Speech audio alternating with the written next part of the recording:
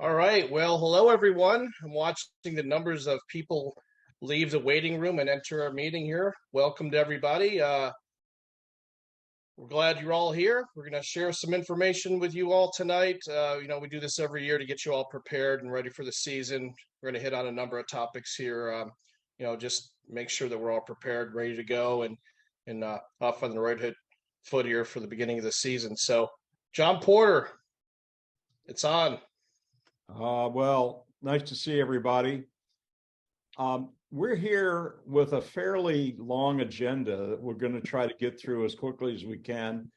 But there's one reason we're here, and that is that from the leadership point of view, our number one mission, absolute number one mission here is to make you all successful and for you to succeed and for at least some of you to excel. So we're going to lay some blueprint tonight to help make that happen. Let's move.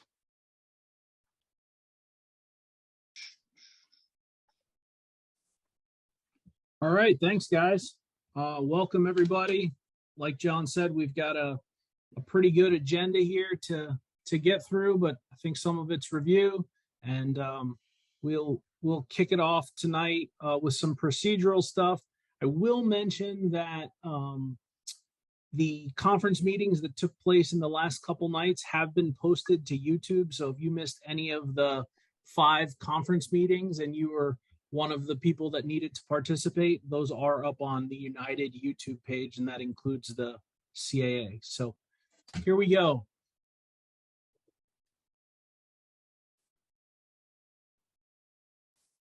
Okay, so one of the things to really understand about MAC and UCU is we really envision ourselves as a one big team. And I think from the standpoint of most of the things we do, we are. But I think it's also important to understand that from the standpoint of some of your communications and some of the things that we do, there are some slight differences.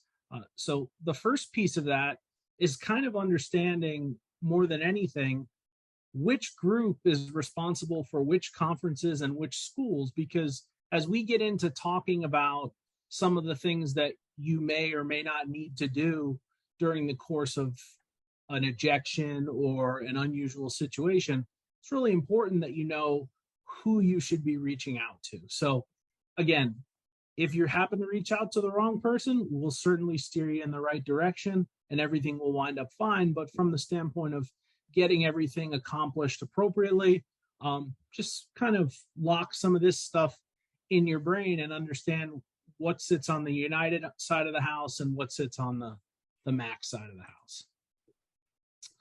And what goes along with that right up front is understanding if you're communicating about a United assignment, that communication really needs to go to Chris and I, Chris Marshall and I. And if you're communicating about a MAC assignment, that communication needs to go to the assigner email at umpires.org and then also to John. So again, sometimes we get emails sent maybe to the wrong place. They eventually get there, but if we can start to really understand who's responsible for what and point it the right direction, that helps us all and probably gets us all an answer a little bit quicker. Communicate as much as you can via email. John, Chris, me, we are always available to take your phone calls. I'm sure there are times where all 3 of us are on the phone and a call comes in, but we will do our best to get back to you as quickly as we can. Or, if you call me, I might ask Chris to call you back because I'm tied up, or vice versa. Same thing with John. But one of us will get back to you really as quickly as we can. And I think all 3 of us pride ourselves in really answering the phone when someone calls with an issue. For both groups, all of our assignments are made in one arbiter system. That's that 101-214. We ask that you make sure that your name, your address, your cell phone number, your email address, all those things are correct for us. We also ask that If you have access to the travel limits tab, just go ahead in there and make that travel limit the largest number you can think of. That doesn't mean that John or Chris or I are going to try to send you, to the other side of the world to officiate a baseball game. It just, sometimes the arbiter does some crazy things with mileage. And if you try to get an exact number that you actually can travel, sometimes we'll miss you for a game. So if you put 75 and the game's 77, we don't want to miss you as available for that game because of that reason. So just set it high. If we have to work with you because we assigned you something that you can't make on a particular day, we certainly will. And then just remember to please upload a professional headshot in there. That helps a lot of different people. We have site administrators from the institutions oftentimes meeting umpires, and hey, if all three umpires or both umpires headshots are in there, maybe they have an idea who they're looking for. There might be some cases, north and south now with the expansion of the CAA, where you just happen to not know a particular partner before you meet them. And that's also helpful in being able to do that. So in Arbiter, the MAC Arbiter system probably operates a touch differently than some of the systems that all of you have worked with in the past. But a lot of you know this as well. When a game is assigned, as soon as you go in and view the game and hit submit, that game is actually accepted for you. So we assigned it under the premise that you were available. And as you logged into Arbiter, you saw it in yellow. It did not say accept or decline. Instead, you click submit and it accepts for you. Does that mean that you don't have an opportunity to call one of us and say, hey, I screwed up. I'm actually not available. This is what's going on. Of course you have that opportunity. But this is just the way the MAC system works, the way that it's always worked. Probably that's going back a long time, and certainly since UCU has been around. So that will not change, and just be aware of that. Every once in a while, I'm always shocked someone that's worked with us for several years comes on and says, hey, the game just accepted for me. Well, that's the way it's always been. So just work with us, and we'll work with you if there needs to be any changes.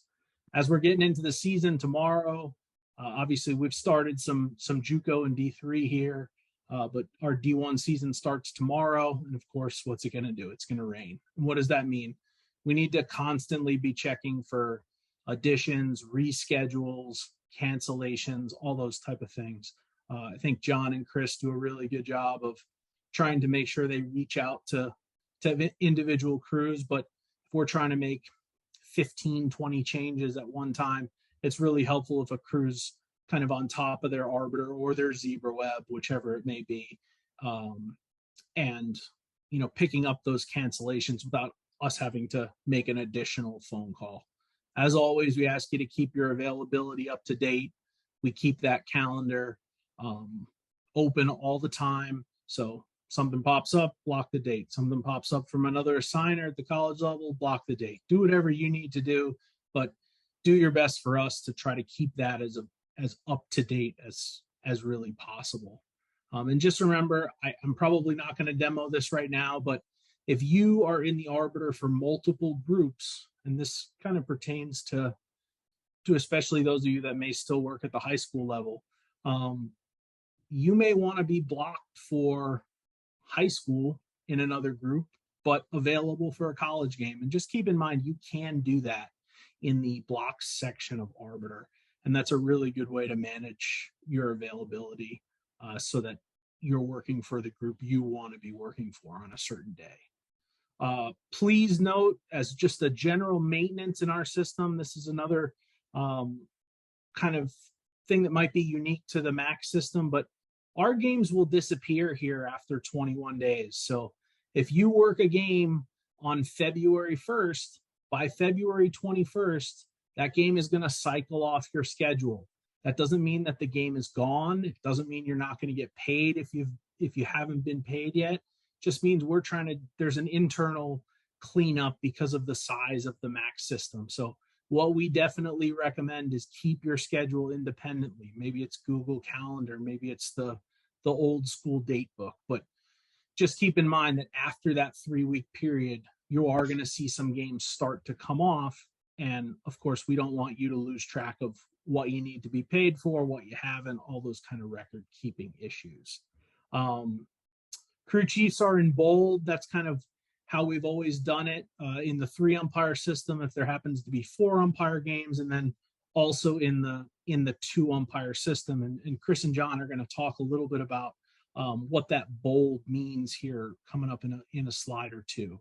And last thing on this slide is we set rotations for Division I conference games in the 5 conferences. For the rest of our assignments, and this is across the board, UCU and MAC, we don't typically assign plate, first base, third base, if there's a second base umpire. We leave that up to you. And we ask that, during the course of the week, we've got to figure out who is going to work the plate on what days. There's a number of reasons we don't make these assignments. A lot of it has to do with working for multiple assigners, keeping track, things like that. I know this can be a point of angst for some situations, but we expect that you all will be able to figure out what is an effective way to make this work. And from that standpoint, we have to realize that during the course of a week, we need to work the plate if we're working on the weekends. You can't be successful doing this if you're saying, hey, I'm only going to work the plate on Saturdays. That doesn't work for your crews. It doesn't work for you personally. So in a way, over the course of the weeks, go about figuring this out. And, hopefully Chris and John and I never have to get involved in a situation like that. Chris, I'm going to shoot it over to you for some game day procedures. And I know John's got some thoughts on some of these as well. Great. So, one thing the 3 of us have talked about, we kind of feel like we've gotten away from some of the basics and, the procedures that we follow the day before a game, the day of the game, and then what we should do when the game is over with. So, basic stuff that I think a lot of us already do, but we feel like there's a number of umpires out there that have kind of just fallen away from this. So, day before, Alex talked a little bit about the crew chief in bold. We want to make sure that the crew chief, whether it's a 3 umpire, 2 umpire game, only the crew chief is going to reach out to the school. What we don't want to do is have 2, 3, 4 phone calls to a team administrator just to confirm a game. So crew chief will call the school, confirm the site, the time, weather, either with an administrator or a team rep or the coach. And then reach out to partners just to make sure that they confirm they're all on the same page with, what time they're going to arrive, where they park, locker rooms, making sure that we're all on the same page with what we're going to wear uniform wise, which should be pretty standard. We're going to cover that in a little bit, but once again, just making sure that we're all set and on the same page with all the stuff the day before. And when it comes to hotels for Division I weekends, just making sure that we're proactive with this and getting ahead of it.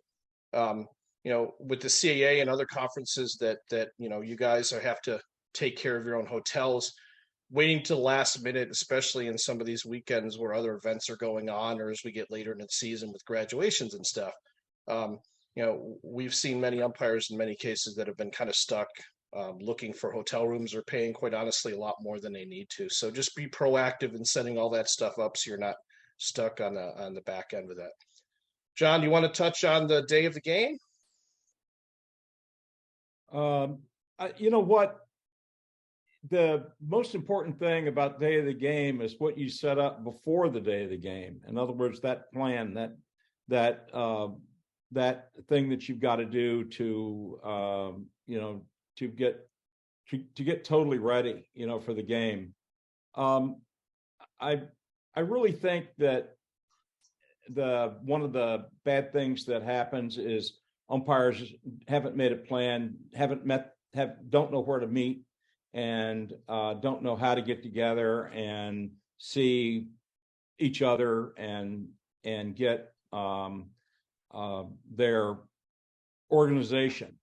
But at the day of the game, if the weather's bad, you need to make sure that you're going to have a game. And so as you get yourself mentally prepared, you should be looking at weather forecasts and be looking towards telling you what's going on. And see, a lot of times you're going to get information from the colleges, and sometimes you're not. And so you've got to be a little bit proactive to figure that out. I like to have the crew chief represent the team, no matter how many people are there. But in the preparation phase, talk to your partner, make sure he's who you think he is, make sure that you know where you're going to meet. Make sure that you're parking in an appropriate area, especially if you can get a place to dress, or they provide a place to dress, use it.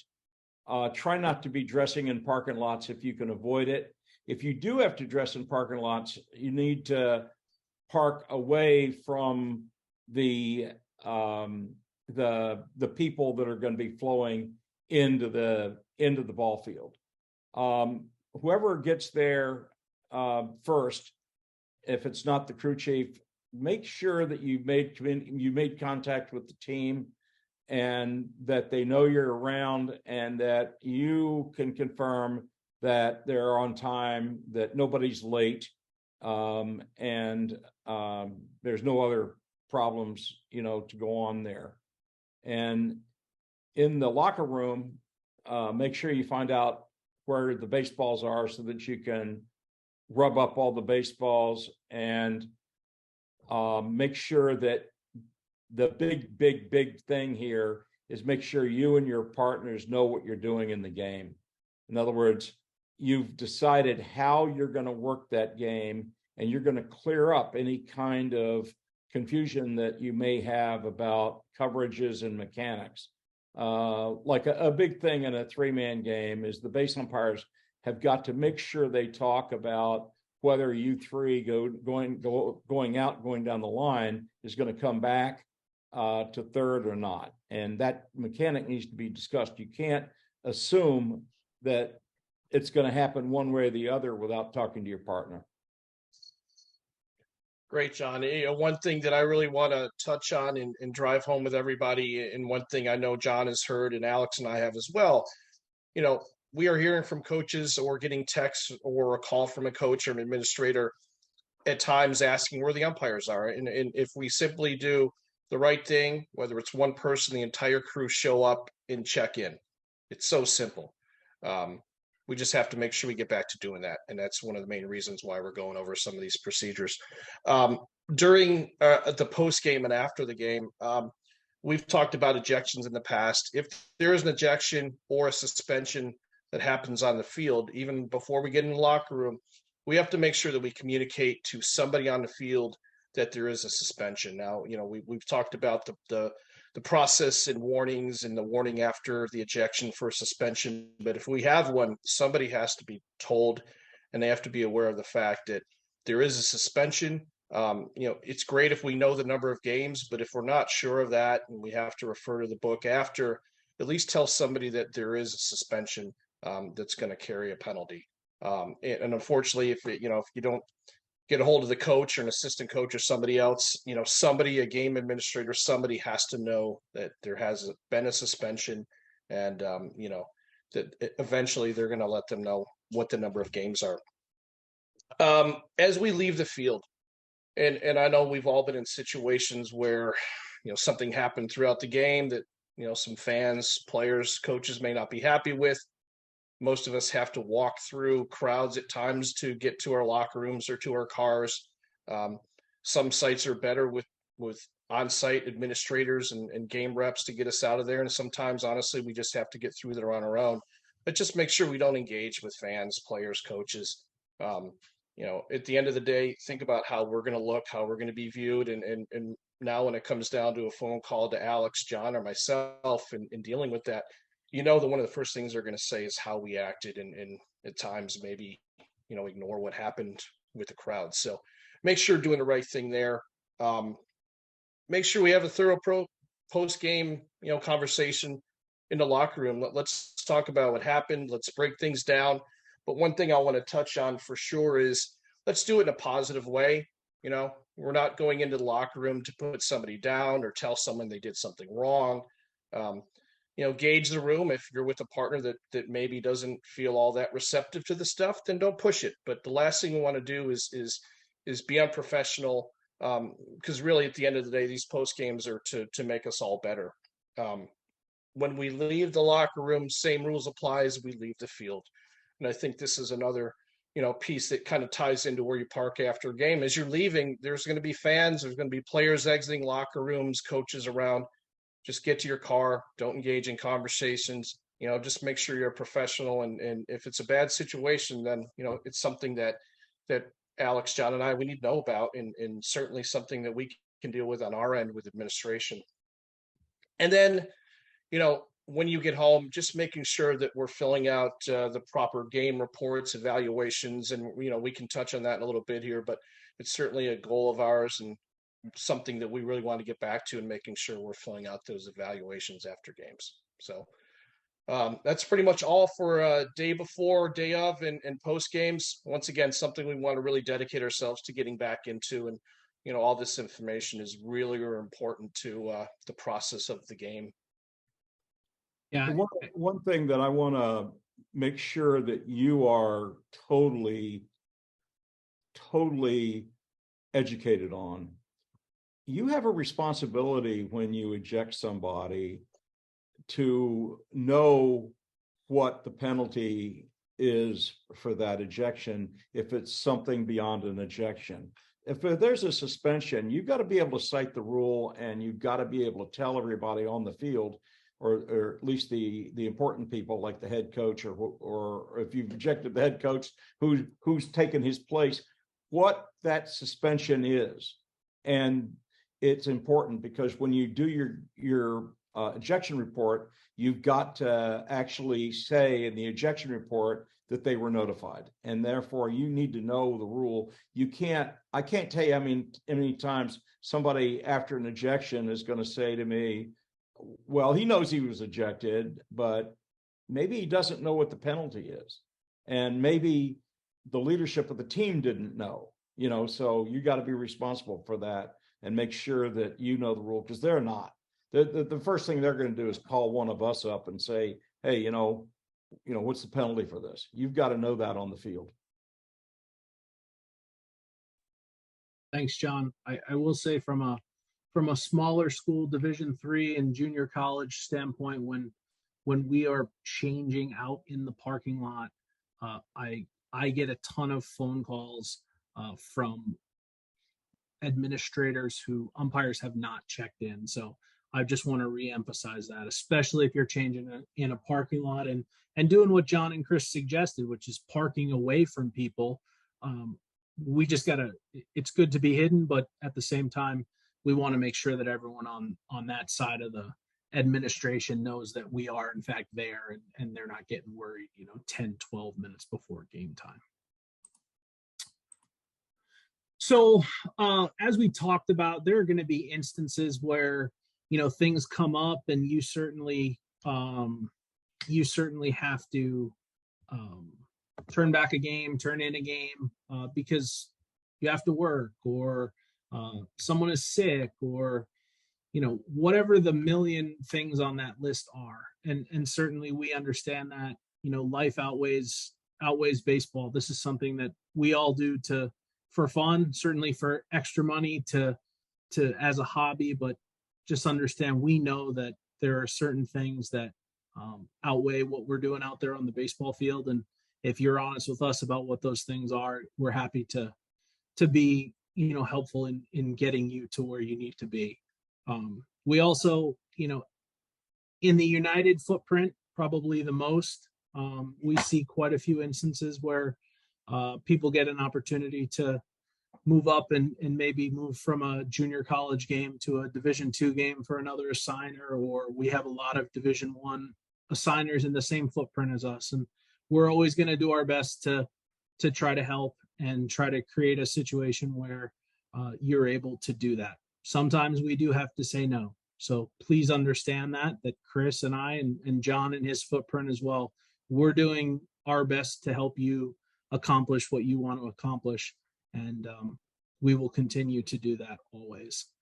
For some of our umpires that are working high school baseball for assigners outside this group. So it's a little bit different for John because he's assigning most of the high school, but up where Chris and I are, we have instances where umpires, when they have a free day, pick up high school games, especially on Mondays early in the season. And then as we get to the back end of April and early May, people start picking up high school games. And as you know, we get obviously a ton of rain in late March, April, things like that. And we start with the makeups. And I think it's really important that those of you who are doing that if you want to work college baseball, you need to have some conversations with those high school coordinators that you're working for. And you need to have them now. The last thing that I hate to see is situations where you've got to give a game back to a high school assigner and you haven't had the conversation.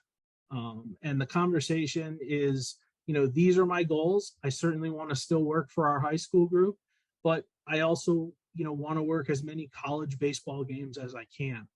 And I think if you have that conversation in late February and early March, when a situation comes up that you have to kind of invoke what you talked about, it's a little bit easier for that coordinator to take. He may not like it, she may not like it, but at least you've had the conversation. And from where I sit as someone who sat in that chair, it's always good to have that heads up that this might be happening, because then that coordinator has the option to say, well, I would rather not assign you then, if that's kind of the playing field that we're operating on. So please, if you find yourself in that situation, and Chris and I at United, and I know John's taken in a bunch of newer umpires every year, but we're taking in 30, 40 umpires every year, some of who we are not assigning a ton of games to. So we understand that you are working some high school games to supplement, but please have those conversations, because we want you to have the ability to get onto a college baseball field, and you're going to have those opportunities. But we also don't want you to put another assigner in a horrific spot when these situations come up.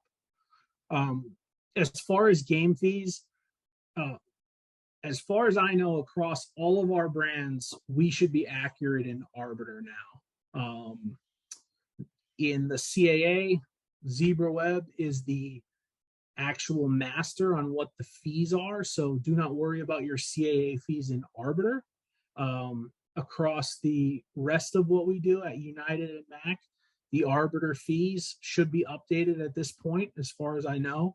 If you have any questions, obviously using that kind of list of who's responsible for what schools, certainly reach out to either John or to me there to make any corrections, or if there are any issues. One thing we deal with up in the Northeast is the Arbiter thinks you can drive across some oceans.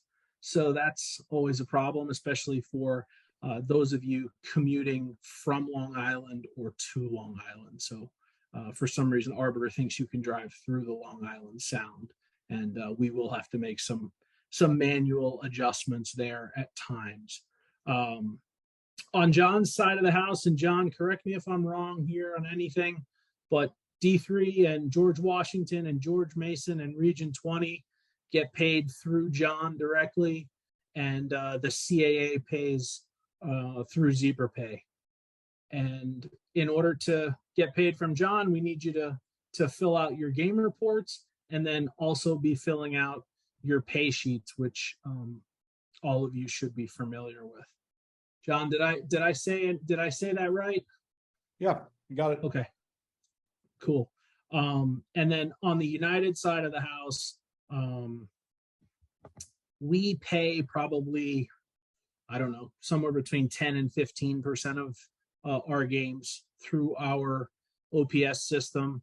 And there is a link there Obviously, you all can't click on it, but you can get to it on the United Umpires website in the top right-hand corner under the resources, and that will list for you what schools that we pay directly, and then the rest of your schools, probably the good majority, schools pay directly, or we have a few instances, the America East Conference, where the conference pays for an entire grouping of games. So if you have any questions on that, again, you can reach out to me.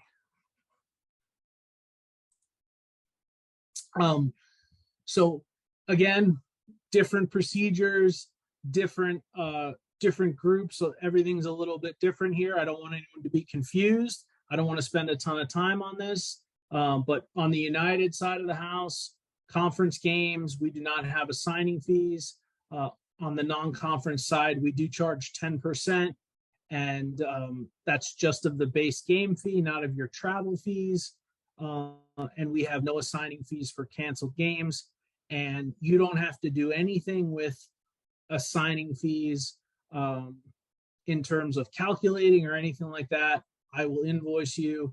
We will take it out of the OPS side of the house if we have to, or if we have the ability to.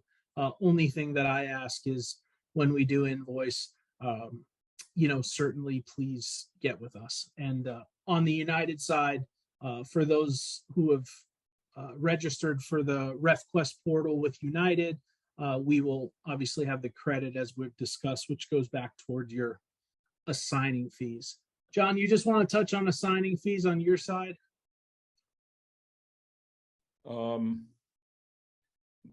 Mostly no real assigning fees. We charge an administrative fee, Okay. which is, I think, like $50 or something like that. Okay. But even that isn't definite, because if people aren't working a lot of games, we're not charging them. So Okay, it's pretty lax there. for sure. Chris, I'm going to throw it your way on communicating with coordinators, and I'll shut up for a while.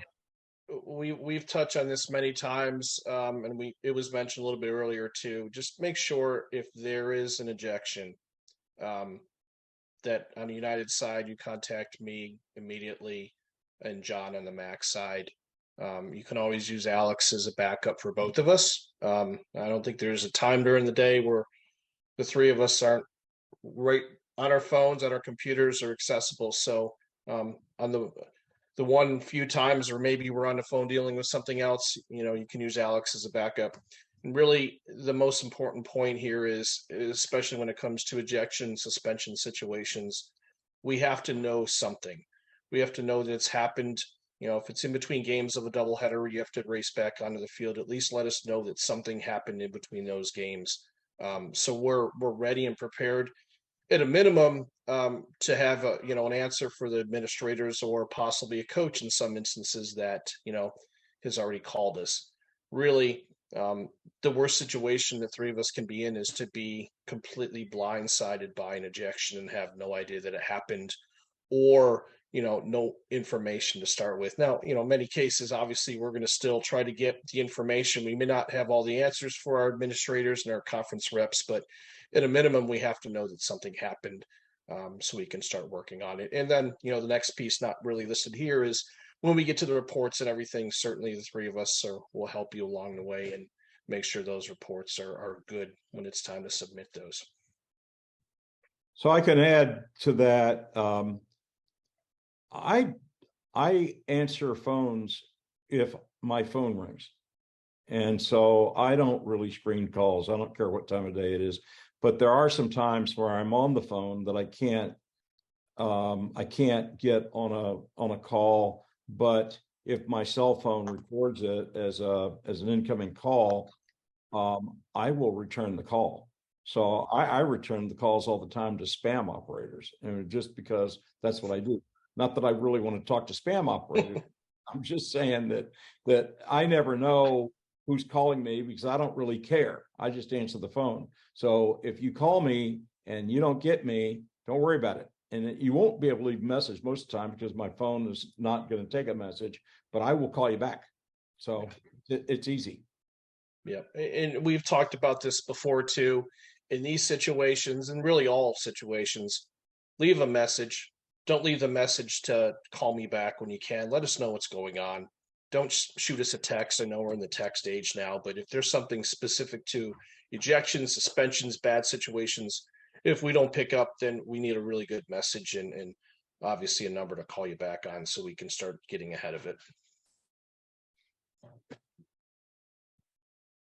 Just as a reminder, there's the contact information for all of us. I would make sure that was in my phone if I was you guys. I know every once in a while I call someone and they're like, "Who is this?" And I'm very surprised. Sometimes I always tried to have the coordinators that I was working with certainly programmed in my phone, even if it was just so I knew not to pick up when they called me. Hope that's not the case. Chris, we're gonna have the next two slides be the pitch clock mechanics and the pitch clock reference card here.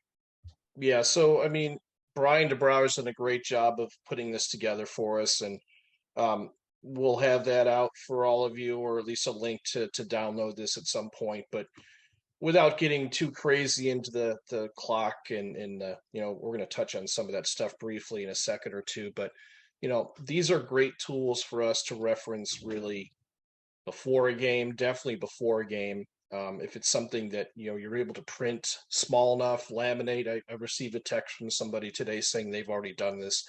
It's not a bad idea to have it with you, but certainly at a minimum is part of our pregame to go over this stuff. And I think the next slide, or maybe the one before it, was even some ideas of what a pregame should be. So great pieces of reference here. Brian did a great job for all of you all to look at, and especially early in the season and really throughout the entire season, make sure we're reviewing these things. And the minute we forget to do it or decide not to is the time where something like this is going to happen on the field. And the last thing we want to do with these new rules is be unprepared. John, anything to add to that? No, I think that this is the sort of thing that you should have, you should carry, and you should refer to. You may not be able to have it all memorized right now, but you should be before too long, because it all follows the rules and it gives you a good guideline of how you act. Yeah, and I think we're going to find early on in the season, maybe not as much in Division I season, and also some of them are going to be on the field earlier than some other levels, but I think certainly at the junior college and some Division III teams are either going to have no idea this is going on or have really not a whole lot of knowledge involved or how this is supposed to work. So we have to know this stuff, and we have to be able to not only enforce it, but possibly educate some people too and know how to explain it. So use these references here to help.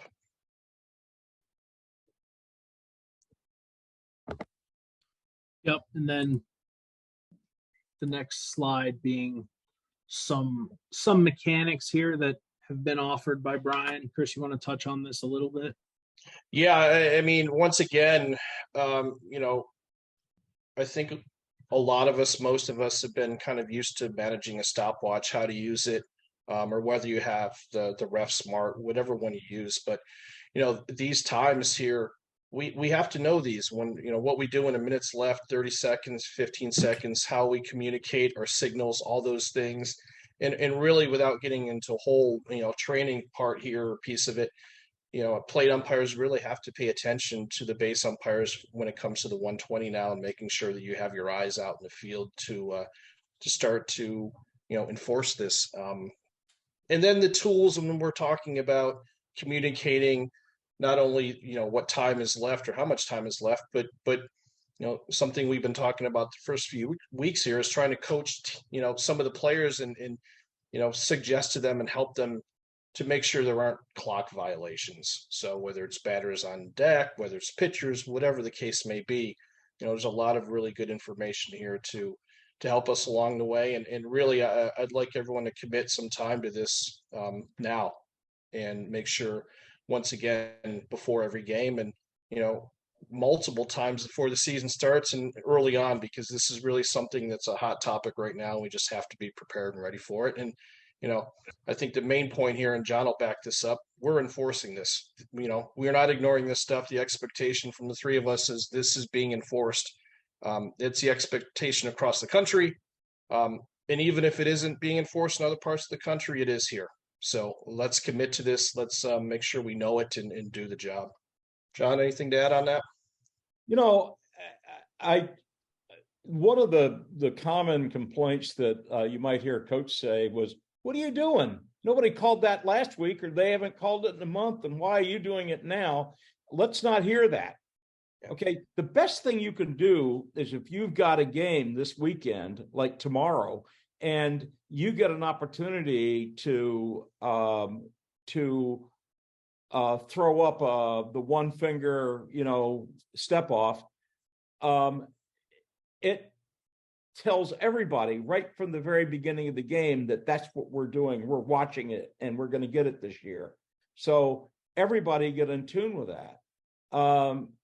If they violate it, then you've got to nail them. Okay, so they get one warning, you nail them after that.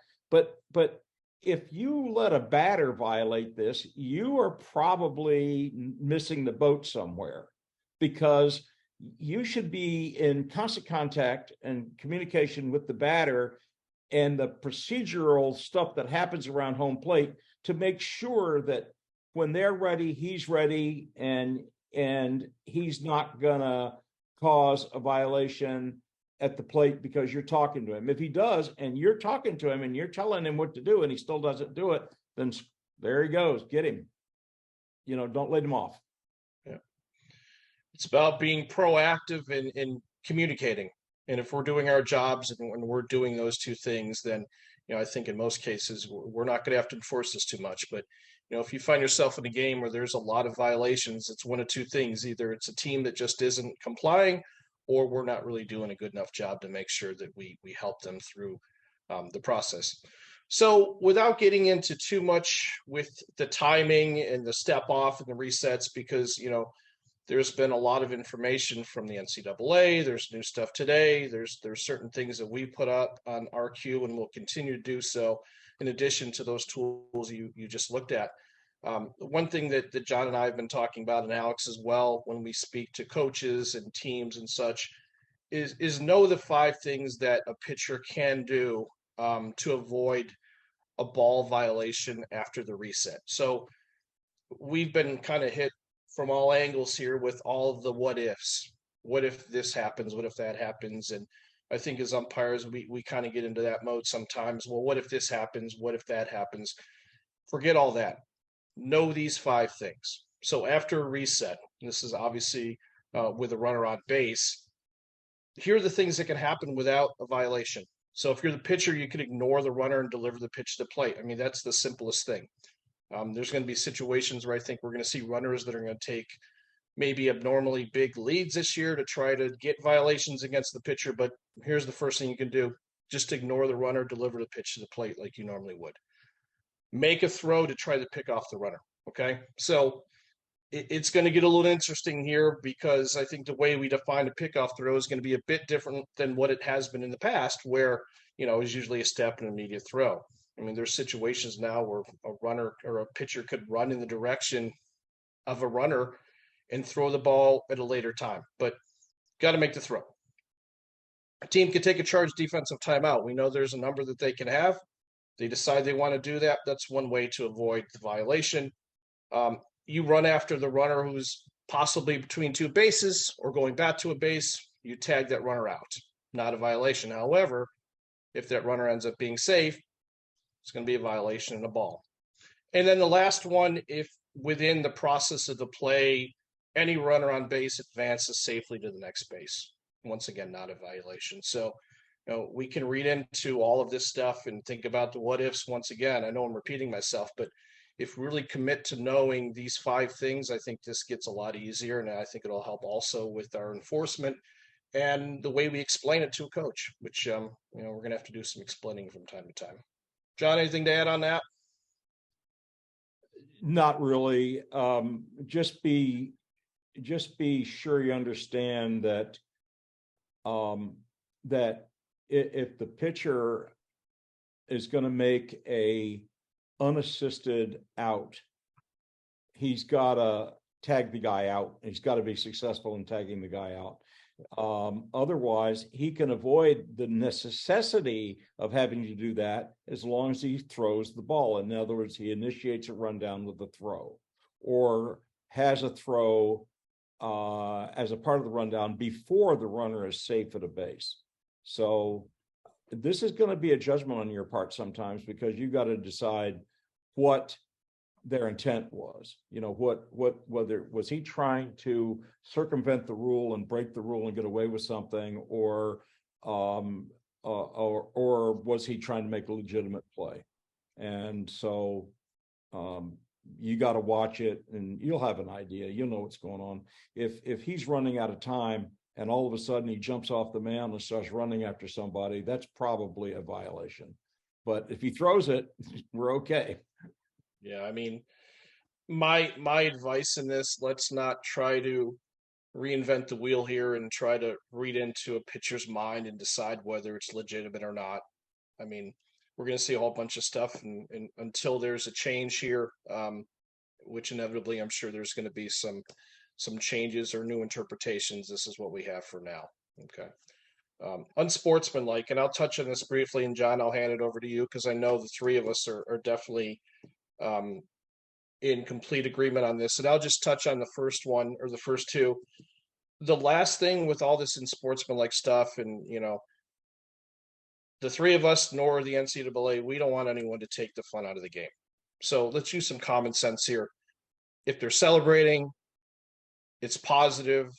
We know it from time to time. Some of these players are going to say some outrageous things, but as long as it's not directed towards the other team, let's not go after, keep our heads and ears and benches at all times and take the fun away, because now we run the risk of just being over officious here in looking for things that don't exist. So really what we're talking about are the clear unsportsmanlike things that are directed towards an opponent, things that, whether it's a stare, and there's a whole list of things, but those are really the things that we're talking about. Don't look into this too much. Don't create something that isn't there. But when it is, well, now we have to take care of it. John, your thoughts? Yeah, I guess an easy way to say this is let them mind their own business. If they start minding other people's business, we got a problem. Okay, so they're not really supposed to be having any kind of dialogue or trash talk or even subtle insults toward another team. Can't do it. And so you've got to watch that and get the behaviors stopped. Behaviors that they're doing that are going to cause the other team to retaliate have got to be nipped in the bud before that happens. You see a bad behavior, you tell them to stop it. If they're doing something that you don't like, that you think is wrong, tell them to stop it. That's your job. Tell them to stop it and make them stop it. At some point in time, you're going to have to warn them if you have to, but make sure you've explained to them what they're supposed to do and teach them. Use your job as a teacher to teach them what to do. They're going to do things wrong that they're going to be doing on purpose, and you're going to be teaching them something they already know. They know the lesson, but nonetheless, that's how you get the word across that they're not supposed to do it. And so get them stopped. Don't let them antagonize another team. And don't let it go too far. I mean, I think one of the things we touched on earlier in our pregame stuff that maybe wasn't mentioned, but let's make sure we go into this before the game in the locker room and talk about some of these things and situations, so we're not surprised by it, and have an idea of certain situations in the game when something might be said. Cover those in the locker room, so you're aware of it. You're prepared for it. Once again, you're not looking for trouble, but if it does exist and it happens, then we have to be ready, prepared, and do exactly what John talked about. And, if we do those things, it's really on them at that point to decide whether or not they want to follow and comply and listen. And if they don't, then, we use the tools we have to take care of those situations. Thanks, guys.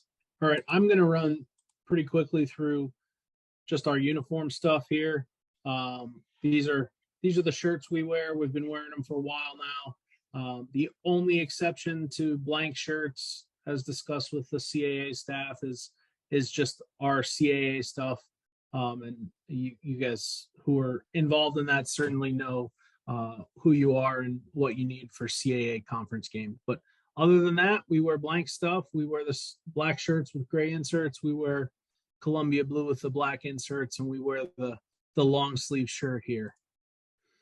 As we move to the jackets, the one jacket that's not on here is the plate coat. Black plate coat is always acceptable.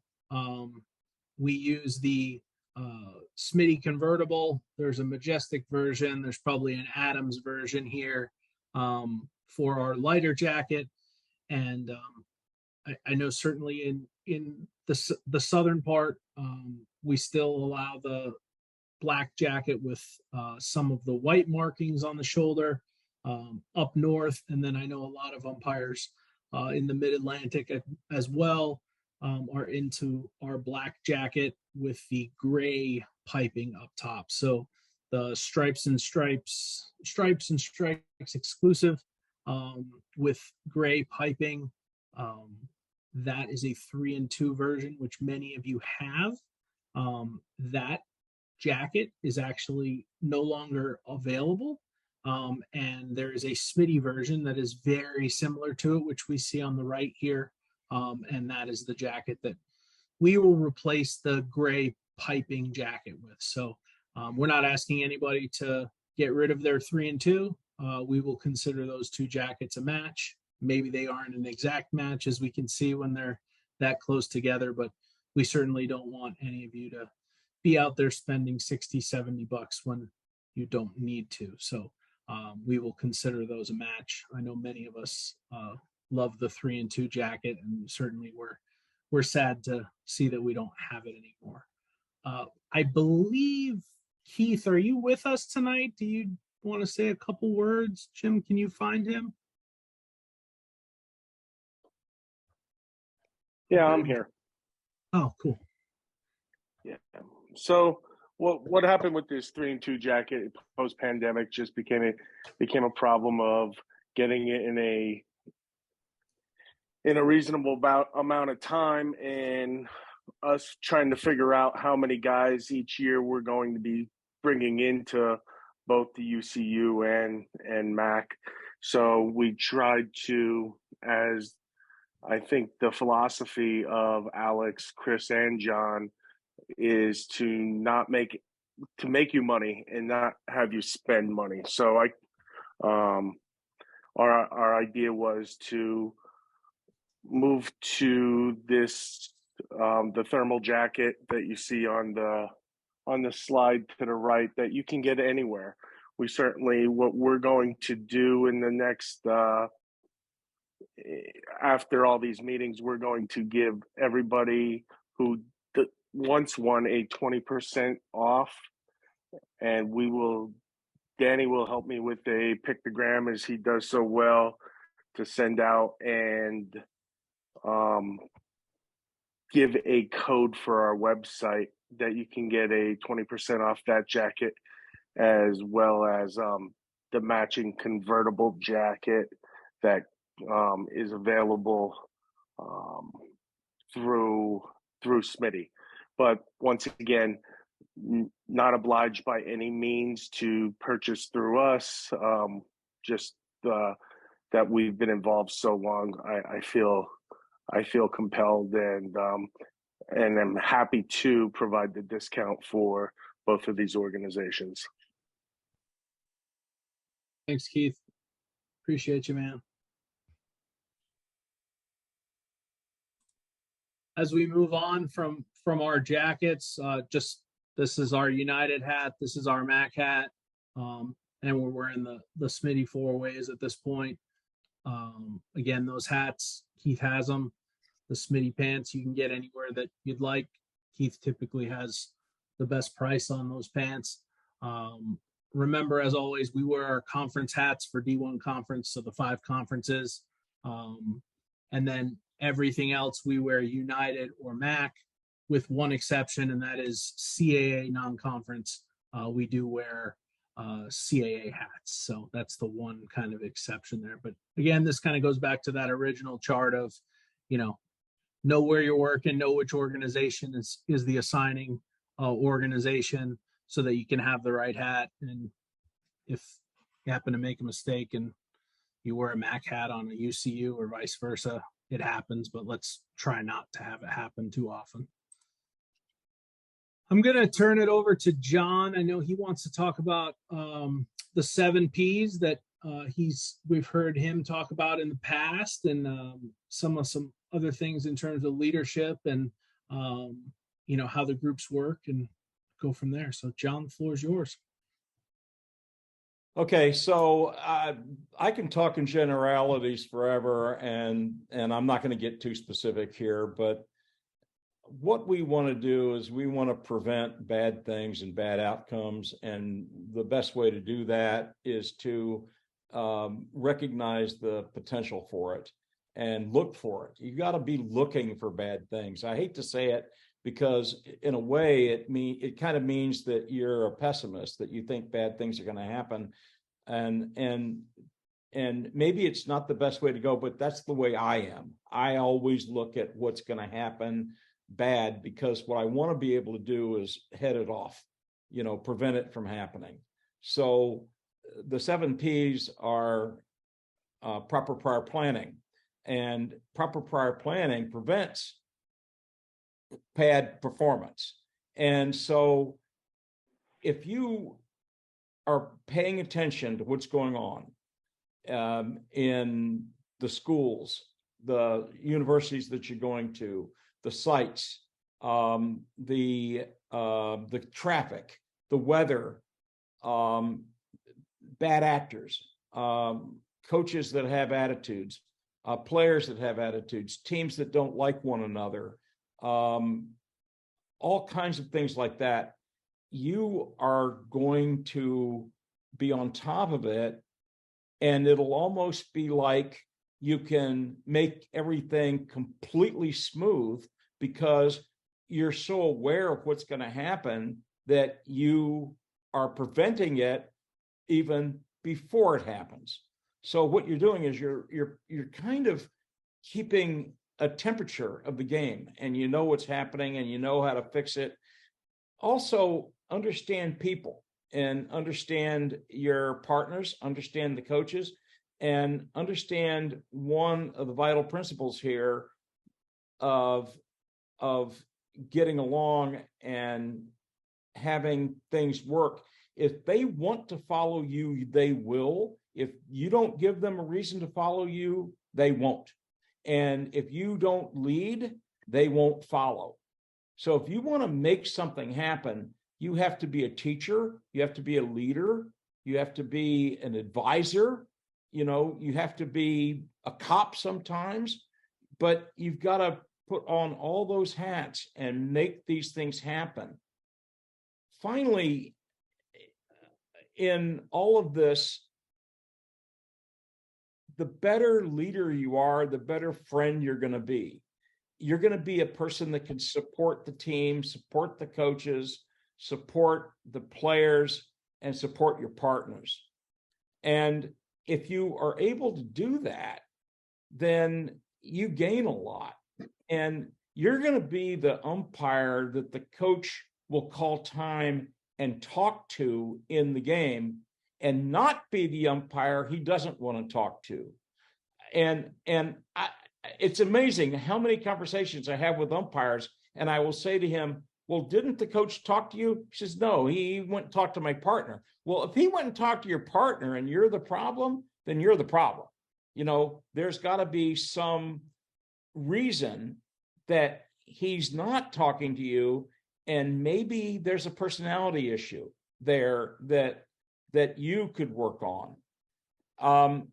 If you are seeing things happen bad on the field and you're not ready for them, then you're not ready. I mean, you've got to anticipate all these kinds of things that are going to happen and these bad behaviors. I can tell you that in my first couple of years of umpiring, things were happening that surprised me because I thought people at that time were basically good and I thought people did the right thing. But I then found out through trial and error and life that maybe that's not true. Maybe they're not basically good. And maybe you have to look for the behaviors that they're going to be exhibiting out there that are going to mess up the game. There's times that you might have to go to a coach and you have to say something like, this is causing a problem in the game. People are reading off of this or reading off of what the players are doing or these behaviors, and they're going to act badly. So you've got to look for ways to stop that and look for ways to prevent it. So before you ever get to the point that you are going to warn somebody, and I've talked about this earlier, you've got to teach them and train them and get them on your side. And your side is that side of peace and law and order, and everybody's happy. So at some point in time, you may even have to go to remind a coach or remind a player that this is the great American pastime. You should be smiling and happy out here. And believe it or not, the first time I told that to a coach about 25 years ago, he looked at me like I was crazy. And that's when I knew that that had to be taught frequently. You know, they have to learn how to behave, and you have to be the leader that teaches them that. You're going to warn people in baseball games when they don't follow your lesson. You're teaching them how to behave. You got to warn them. And this is all, again, a part of leadership. They're not going to follow you unless you've got the right answers, and they're not going to follow you if you don't make sense, and they're not going to follow you if you don't teach them these behaviors that they're supposed to have. I can't tell you how often I used to say to a coach, didn't your mommy teach you better than that? You know, is that the way you learned? You're teaching these guys this? Or is that player over there saying that and you're allowing it and it's up to me to stop him? You know, you've got to stop him. So now we get to the big secret here. When you have a problem, go to the coach and say, this is happening. I need you to stop it. And you're responsible for everything your team does, and you're responsible for everything your team doesn't do. And I'm holding you responsible. I've seen it. I'm not allowing it. Take care of it. And that is as close as you need to get before you're going to give the guy the warning. Because when you give the guy the warning, you know, if you continue this behavior, you're going to be out of here. Well, that's not the way to warn somebody. You tell people how to act. You tell people how to behave.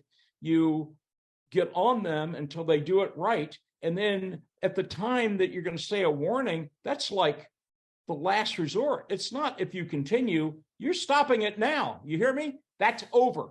Never again. You're not going to say it again, not in this game. And you're expecting him to behave because he pops off after that, he's gone. Or the action continues.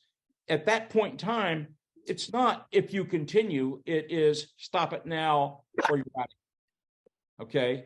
And so that's kind of what I think is a good lesson. So before you get to the point that you're giving anybody a final warning, then you have done your best to teach him not only how to behave in public, in front of people, that they're not allowed to say bad things and they're not allowed to insult other people, other players, or do any of those bad behaviors.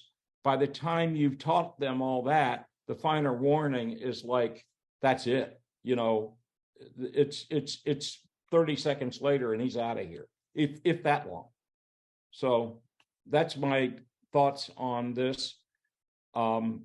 It's leadership on the field that is going to create better outcomes for you and your partners and all the games you work.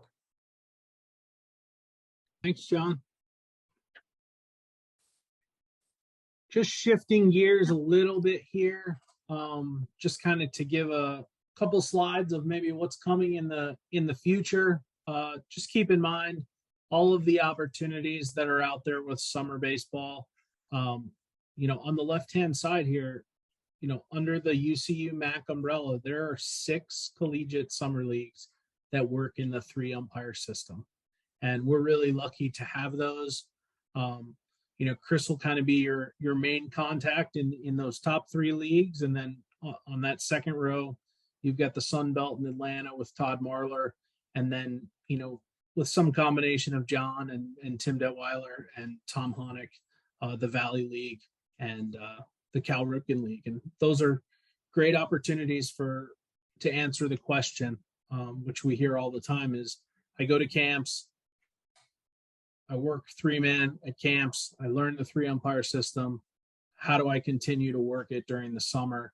How do I continue to get better so that I can get into those 3-umpire games, get into those conference weekends? So you'll see certainly a ton of information from Chris and John and Tom and Tim over the course of the next few months on how to gain some assignments there. And then that third row there is really our 4 local 2-umpire leagues with collegiate players, 2 in New Jersey, 2 in New York there that we're happy to have. And then on the other end of the spectrum, through Perfect Game, through United Tri-State, we have a ton of tournaments in New Jersey. Tom Honick doing the Perfect Game stuff in Richmond and Washington, D.C., and then our 5 complexes with United Travel Umpires throughout the country. So ton of opportunity to work good baseball in supervised environments, 3-umpire system, 2-umpire system, and we certainly hope that you will join us. I'm going to flip the page here in a second, and we're going to take a look at maybe some tentative thoughts on camps through the summer and fall. And I put this up so that you understand where we might be on what certain dates. Everything that we're going to do is not on here, but I feel that sometimes we get into a spot where we go to a camp and someone rushes out to Indianapolis in June because they wanted to go to a camp, but they didn't know whether there was going to be something in Massachusetts or something in New Jersey or something in Maryland. So I want you to have an idea of the places that we're going to go. I want you to certainly understand that throughout the fall, John is certainly going to add events in Delaware, Maryland, Virginia that are also going to be 3 and 4 umpire opportunities. But I think we field this question a lot, and I just want to give an idea of where we might be going at what times of the year, so that you have an understanding and can make some plans if you do plan to go to a clinic.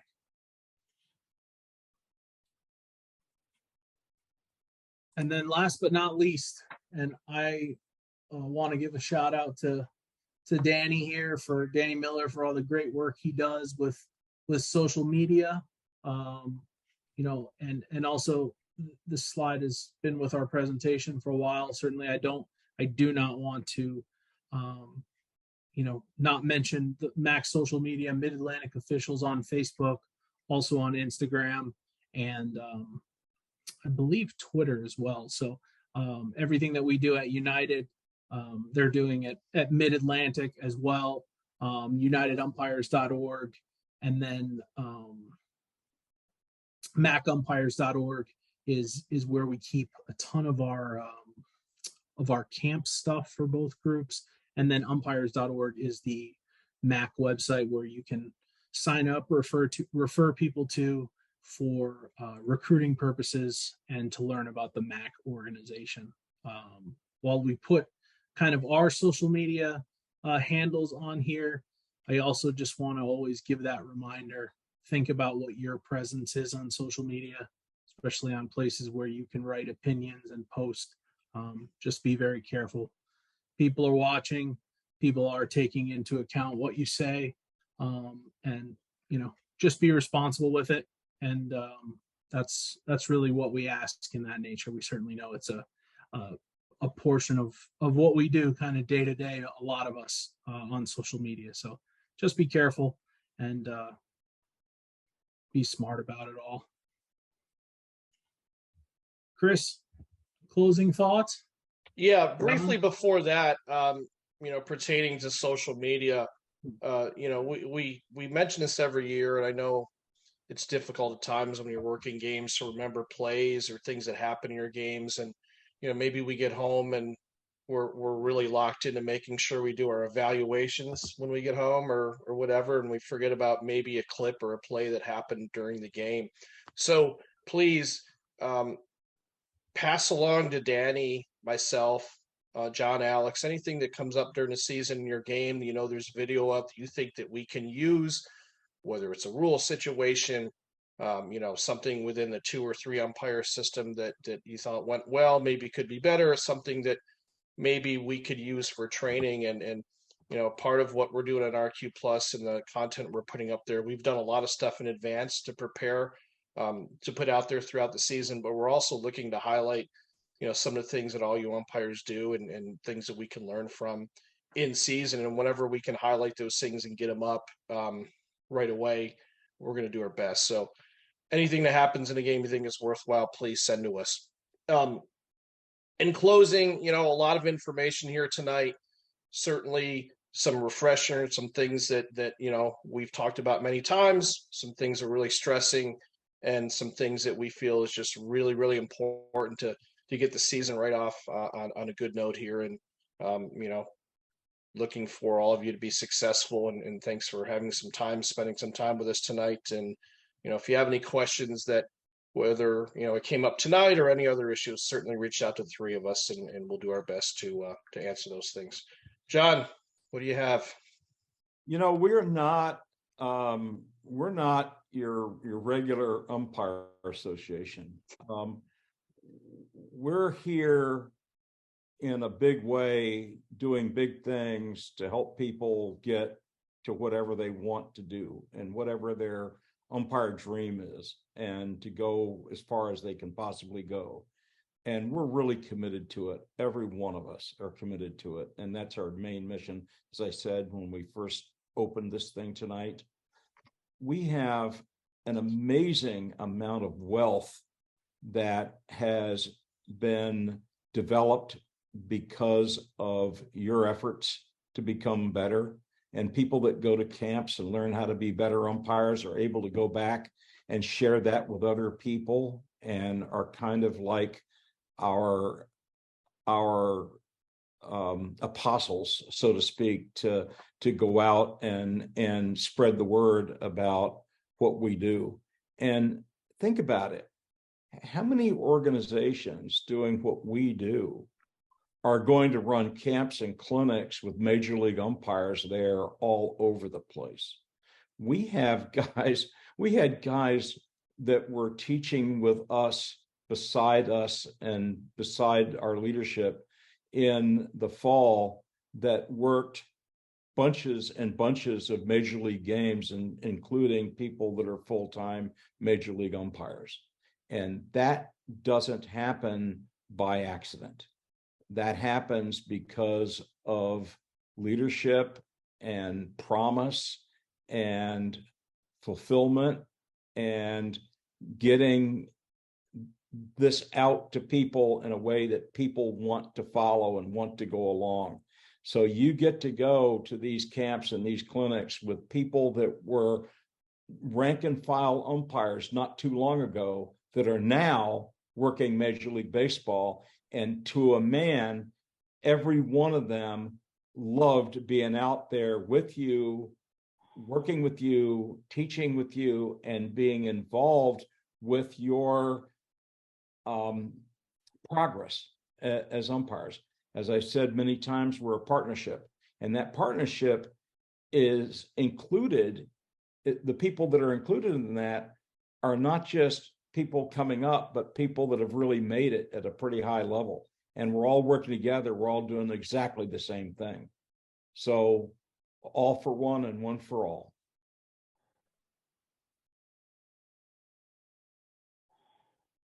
Well, that ends our presentation for the night, everybody.